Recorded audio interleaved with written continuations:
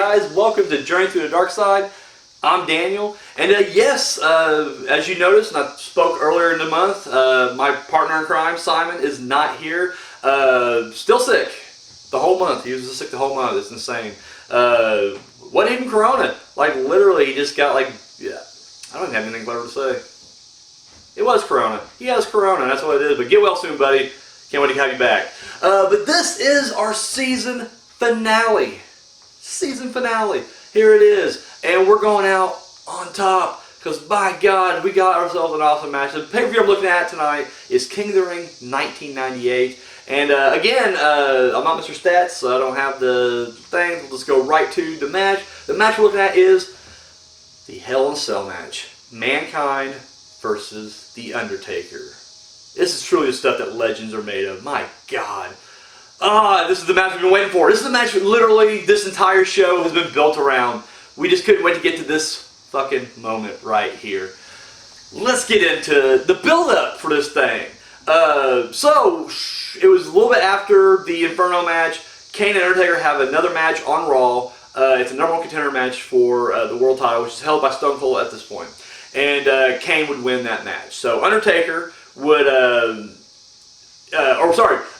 so Kane, who at this point is associated with Paul Bearer, as is Mankind, they end up double teaming Austin one night, and Taker comes out to make the save, and thus a match was made for later that night. Hell in a Cell tag team match. It was going to be Mankind and Kane go up against Austin and Taker. Now this match would eventually go to a no contest, but Taker and Mankind were brawling on the floor, Austin and Kane were on the ceiling of the thing, and so the next week they decided, guess what, we're going to settle this. It's going to be Mankind and Undertaker in a Hell in a Cell at King of the Ring. And so here we are. Now these guys already have a ton of history that I won't go through, but my God, it's legendary, rivaling the Kane and Taker feud, at this point. And so anyways, this is kind of the next thing. But we're kind of rebuilding this. Like I said, they've been kind of separated for a while Taker was feuding with Kane or whatever, but here we are back with these two here. So the thing about this match is, oh my God, it's so fucking. Let's get to it. Mankind has said before, when he was coming up with the idea to do this match, I should say Mick Foley, the guy behind the mask. He knew he couldn't compete with the previous Hell in a Cell match, the Michaels Taker match. So he decided, we can't compete on that level, so let's give him something different. And he decided, let's start it up on top of the cage. And so, sure enough, when he comes down here, he comes down with a chair, and he launches the chair on top of the cell, and then he climbs up to the top. So Taker comes out, huge pop for Taker, and he goes up to the top of the cage, and they has fight. Couple of good chair shots, Mankind's, taking control, however, and at one point they even almost go through the fucking cage, like the cage unbuckles a little bit, and the snaps kind of snap, and they're, going down a little bit. And so anyways, they get back to a vertical base, if you will, and then it happens. Taker grabs Mankind, launches him off the top of the cage in one of the most famous scenes. I mean, seriously, it's one of those things where it's like, I guess every generation will have that moment. And I guess in the 80s it was Hogan slamming Andre, and then Attitude Era. It's got to be this. It's got to be this one. Like, oh my God. You just, no matter what the video package is for, it can just be like, hey, WWF's coming to your town, this weekend. There'll be a shot of that somewhere. I mean, throughout that whole montage, package or whatever. It throws him right off, and son of a bitch, like, because we had something similar to that. Michaels was hanging off the side of the cage when Taker knocked him off at Bad Blood, and he went through there. But here, he's literally being launched off the top. That's a few extra feet added to what Michaels fell, and he plummets straight down, crashing into the table. JR, he said that, his entire response to that was very real. Like what you hear, my God, he's broken in half, he's dead. And they really did think like he was seriously injured or, dead. Turns out he would fuck up his shoulder really bad during the fall. It's crazy to say, Foley would later go on to say that he blacked out during this match. I don't remember exactly what he said, because a lot of this match, he doesn't even remember. Like, how fucked up is that? And that's the thing, too. It's just like, as crazy as this match was, like they did it for us. Mankind and Taker did this to entertain the fans. I mean, and you give Taker credit too. I mean, he's again taking these risks. I mean, these are big 300-pound plus dudes on top of this cage. They both could have fell through there, and but like Mankind really put his body on the line for entertainment, and that's just fucking insane. In fact, I know they said afterwards, Vince McMahon said something to the effect of like, I really appreciate you doing that. Never do that again. Never again.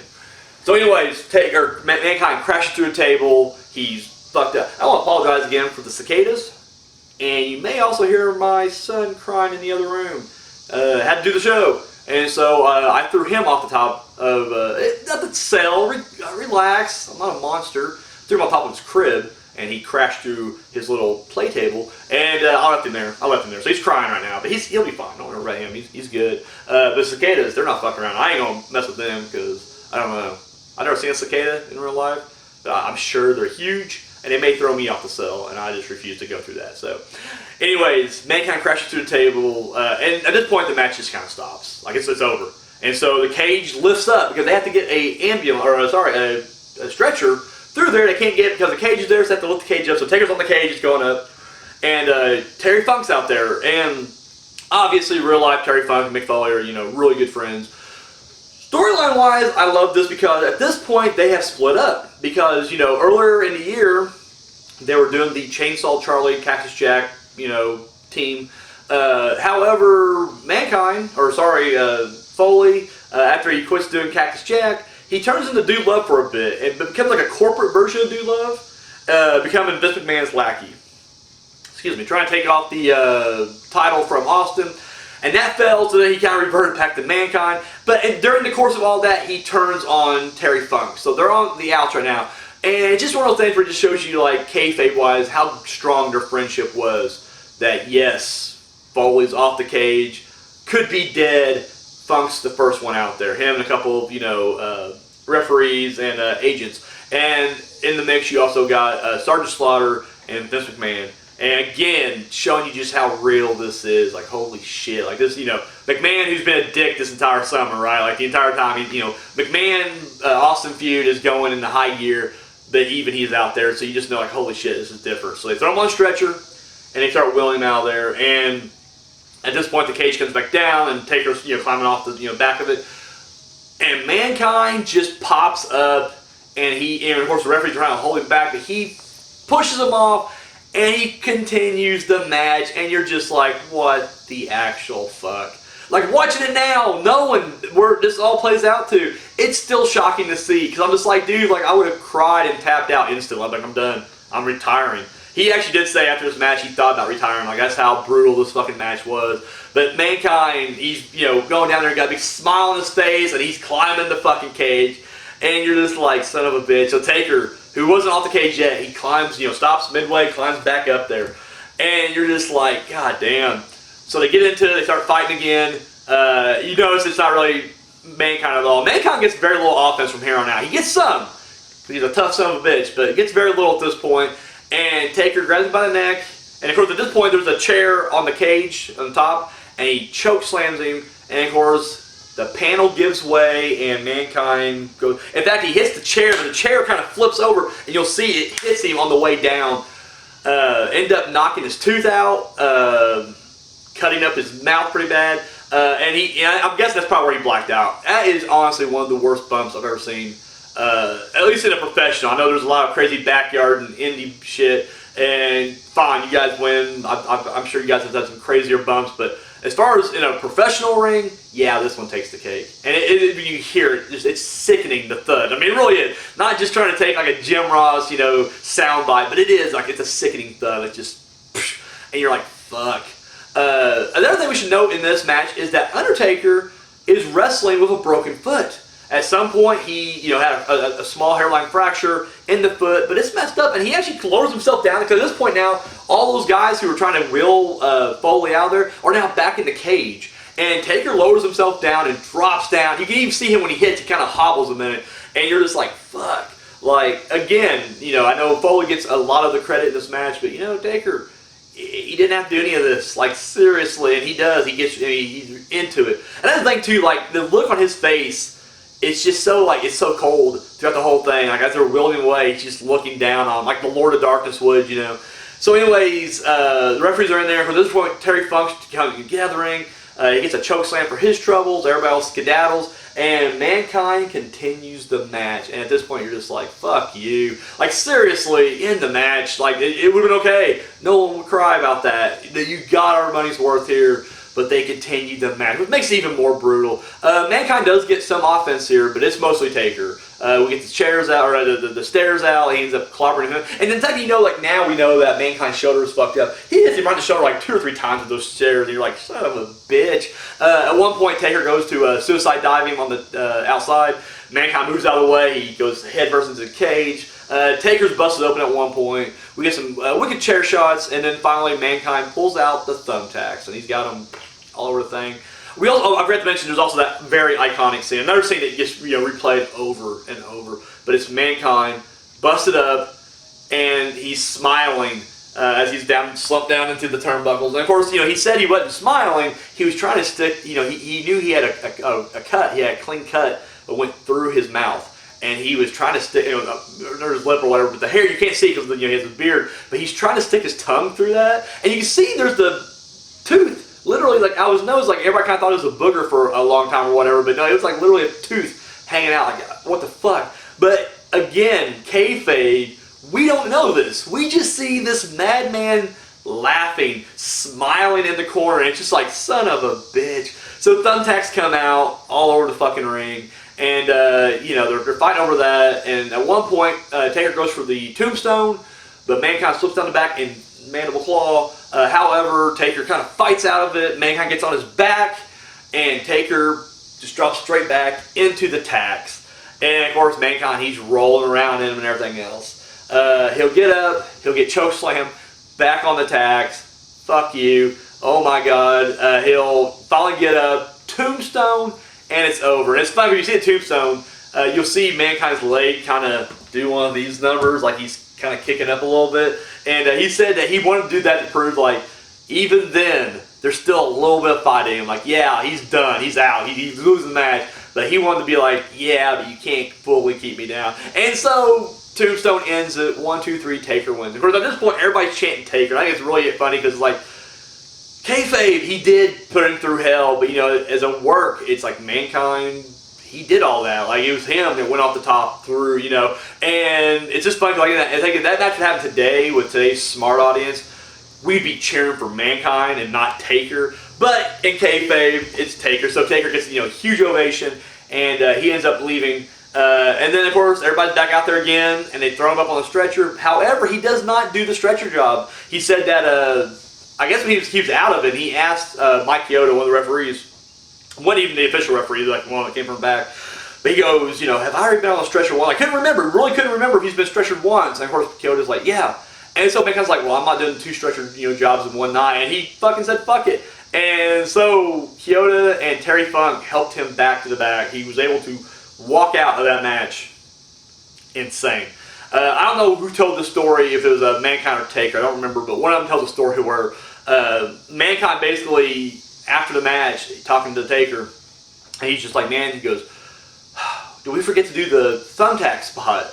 And Taker's like, dude, look at your fucking arm. And of course you get the tacks just embedded in him, and then he realizes, okay, yeah, I guess we must have done it. It's just like, holy shit. The match is just straight up fucking iconic. That was the match. That was the match right there. The aftermath. Even after all that fucking craziness from both guys, they would make an appearance later on the night. So the main event was Stone Cold versus Kane. It was a first blood match. Mankind runs out there to interfere to attack Austin because once again, him and Kane are partners or whatever. And so that's so they're teaming up, beating down Austin. So Taker comes out to put an end to that, and he ends up bringing out a shovel, and he goes to swing to hit. Was it the shovel this one, or was it this chair? I don't remember. He uses something. He goes to swing it. Either way, Mankind ducks, and he hits Austin, busting Austin open. Austin would attack Kane later on, and I think he actually got him busted open as well. You can see blood on him, but it didn't matter. The referee came to. He saw Austin was bleeding, and boom, there it is. You did it, Kane. Austin, you're bloody. Kane wins the world title. That would start the path for Austin to feud not only with Kane, but also Undertaker. This would lead to Mankind and Kane At some point, they captured the tag titles from the New Age Outlaws, and Kane and Taker, Austin and Taker would team up and take on them at the next pay-per-view. But we'll cover that later down the road. Let's get to this match. 4 stars. 4 fucking stars. This match is just legendary. It's iconic. And once again, you can agree with it or disagree. Obviously, it is iconic for maybe the wrong reasons. I will say right now, comparing this match with the previous Hell in a Cell, I think the previous Hell in a Cell was a better match. And yes, it still had some crazy high spots and insanity or whatnot. But I feel like, as far as the match goes, that was just more of a technical match, I guess. It's more brawling, obviously, but, it was more of a match. Whereas this was just like high spot after high spot. But even with the high spots, I feel like they're still telling a story. It didn't just feel like, not to quote Jim Cornette, because fuck Jim Cornette, but it wasn't just a bunch of flippy bullshit. It really did tell a story. With every crazy bump that Mankind took, you had Terry Funk out there trying to get him to quit and just go, and he won't quit.